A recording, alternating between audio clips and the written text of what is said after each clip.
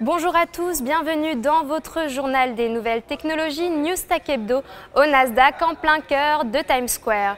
Au sommaire de ce numéro, un état des lieux des ventes high-tech en France, l'impact d'Internet sur le moral et en bref le portrait robot de l'utilisateur type de Twitter.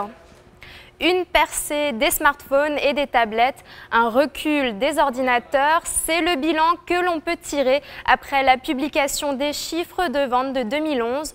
Selon l'Institut GfK, environ 1 million de tablettes seront vendues en France cette année.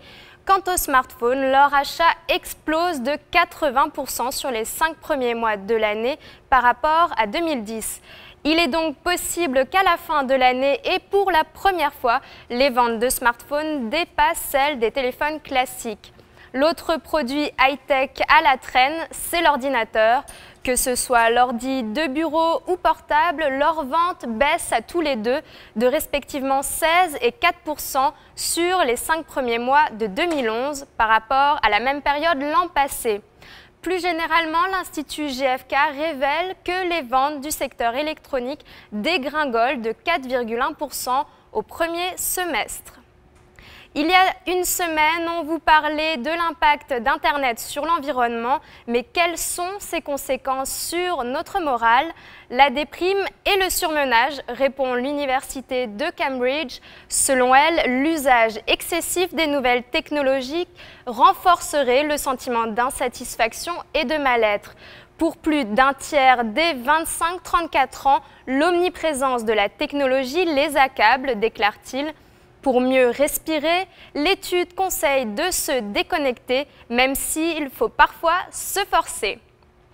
2 millions, c'est le nombre de Français qui utilisent activement Twitter, selon une étude de l'Institut Ipsos. Un chiffre en progression, mais qui ne convainc pas encore l'ensemble des 35,5 millions d'internautes. Alors, quel est le portrait robot de l'utilisateur de Twitter en France?